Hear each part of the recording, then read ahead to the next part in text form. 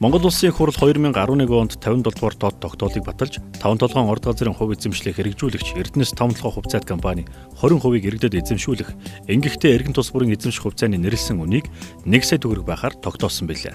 Эрдэнэс тавталгын хувьцаат компанийн хувьцааг олон улсын зах зээл дээр нээлттэй арилжиж эхлэх өдөр хүртэлх хугацаанд Монгол Улсын иргэдийн эзэмшиж байгаа хувьцааг зөвхөн Монгол Улсын засгийн газар нэрэлсэн үнээр нь худалдан авах ажлыг зохион байгуулахыг даалгасан. Засгийн газар толгогдсон энэ эрхийн дагуу 2011-2012 онд иргэдийн тодорхой хэсгээс Эрдэнэс тавталгын хувьцаат компанийн хувьцааг нэрэлсэн үнээр худалдан авсан байдаг. Тухайлбал 2012 оны 4-р сард эцэслэн тогтоосон байдлаар нийт 2,858,000 иргэн хувьцаа эзэмшснээс дээрх оноод давхарцсан тоогоор 278,000 оюутанд 138 тэрбум төгрөг. 2011 онд эрүүл мэндийн даатгалын шимтгэл хэлбэрээр 615,000 иргэнд нийт 4.8 тэрбум төгрөгөөр хувьцааг хэсэгчлэн мөнгөжүүлжээ. Мөн ахмад настан болон хөгжлийн бэрхшээлтэй 322,000 иргэний хувьцааг 322 тэрбум төгрөгөөр бүхэлд нь мөнгөжүүлжээ. Нийтдээ давхарцсан тоогоор 1,216,734 иргэнд 464.8 тэрбум төгрөгөөр хувьцааг нь бүхэлд нь болон хэсэгчлэн мөнгөжүүлсэн байна. Өвнөөс өөрөөр Эрдэнэс тавталгын хувьцаа эдийн засгийн эргэлтэнд оролгүй өнөөдрийг хүрсэн. Тодруулж хэлбэл нийт 2,400,000 орчим иргэний хувьцаа үнгүйцсэн хэвээр байгаа нь төр засаг болон хөрөнгийн зах зээлд итгэх олон нийтийн итгэлийг сулруулжээ. Энэ хэрээр нийгэмд хүлээлт үүсгэхэд удаж байна. Сүүлийн 2 сар гаруй хугацаанд урт цагаан эмээлт орчимд 1072 хувьцааг худалдан авч байна гэсэн амд амтсан ярианд итгэсэн иргэдийн хөдөлгөөн одоо ч саараагүй байна. Тэгвэл засгийн газар өөрт олгогдсон эрхийн хүрээнд Эрдэнэс тавталгын хувьцаат компани 30%-ийг 300,000 төгрөгөөр худалдан авах ажлыг санаачлан хэрэгжүүлж эхлээд байна. Засгийн газар иргэдээс хувьцаа худалдан авахдаа улсын хурлаас тогтоосон нэрэлсэн үнийг баримталж 30%-ийг нь 300,000 төгрөг гэж үнэлсэн юм. Энэ сарын 13-наас эхлэн арилжааны бүх банкаар дамжуулан 1072 ширхэг хувьцааныхаа 30%-ийг засгийн газарт худалдах хүсэлтэй иргэдийн маягтыг хүлээн авч байна. 1072 хувьцааг эргэлтэнд оруулах бодит нөхцөл бүрдсэн гэж зарим шинжээч дүгнжээ.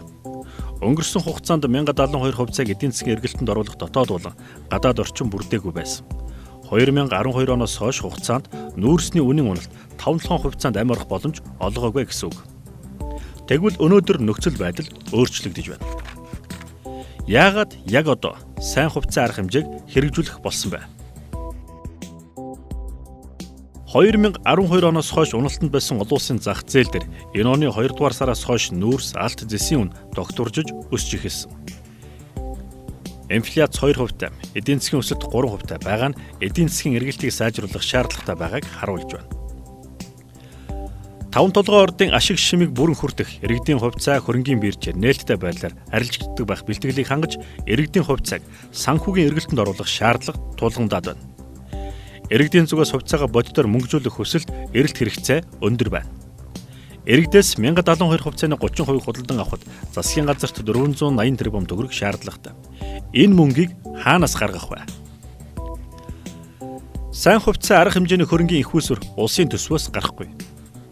5 толгой төслийн өөрийн ашиг орлогоос төлөгдөх нөхцөлтэй дотоодод гаргасан бондын хөрөнгөөр санхүүжигдэнэ. Хувьцааг Монгол Улсын засгийн газар эзэмших тул Монголын ард түмэн эзэн нь хэвээрээ байна.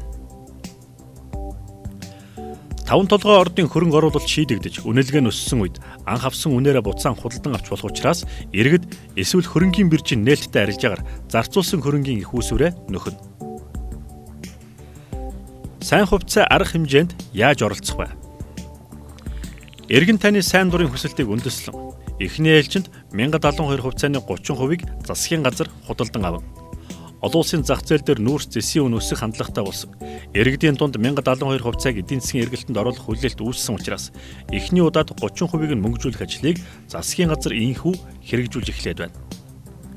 Үлдсэн 70%-ийг ч эдийн засгийн эргэлтэнд оруулах бөгөөд хөрөнгийн биржээр дамжуулж арилжаа хийхээр төлөвлөжээ. Хэдийгээр иргэн та өнөөдөр хувьцааны нэрэлсэн үнээр 30% засгийн газарт худалдаж байгаач эдийн засгийн өсөлттэй үед хувьцааны үн өсөөд эхлэх юм бол анхны нэрэлсэн үнээрээ буцаагаад хувьцаагаа худалдан авч болно. Энэ зохицуулалт нь иргэн таны эрх ашигыг хамгаалж байгаа юм. Тухайлбал одоо 1072 хувьцаагаа 1 сая төгрөгөөр мөнгөжүүлээд магадгүй 1 жилийн дараа хувьцааны зах зээлийн үнэлгээ өсөж 1,500,000 төгрөгийн үнэлгээтэй болсон бол та энэхүү илүү үнэтэй болсон хувьцаагаа анхны бага үнээрээ худалдан авч биержээр арилж яснаар 500,000 төгрөгийн ашиг шимийг шууд хүртэх боломжтой байх юм. Сайн хувьцаа арга хэмжээнд оролцсноор иргэдэд ямар давуу талтай вэ? Иргэн бүр 300,000 төгрөгийн бэлэн мөнгөний нөөц бололцоотой болсноор худалдан авах чадвар нь дээшилж, эдийн засагт цусны эргэлт сэргэнэ.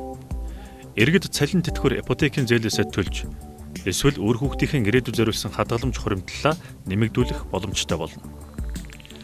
Иргэдийн хуримтлал болон хэрэглээндээ зарцуулах мөнгөн хөрөнгө нэмэгдснээр сүүлийн хугацаанд мөнгөний хомсдлоос олж үүссэн олон үрийн сүлж өглөг авалгууд цэгцэрнэ. Үүнийг дагаад мөнгөний эргэлтийн хурд нэмэгдэж, эдийн засагт өгөөж өгнө. Иргэд зах зээлийн нөхцөл байдал сайжирч 5-7 орд газрын үнэлгээ өндөрт хүрсэн үед өнөөдөр борлуулсан нэрлсэн үнээр хувьцаагаа буцаан худалдан авч өвөгдөөс үлдээсэн баялагын ашиг шимийг бүрэн дүүрэн хүртэх үүд хаалга нь нээлттэй байх юм. Иргэн бүр бие даан шийдвэр гаргаж хөрөнгийн зах зээлд оролцож сурснаар цаашид бусад стратегийн орд газруудад мөн иргэдийн шууд өмчлөлийг хэрэгжүүлэх сайн жишг болон тогтно.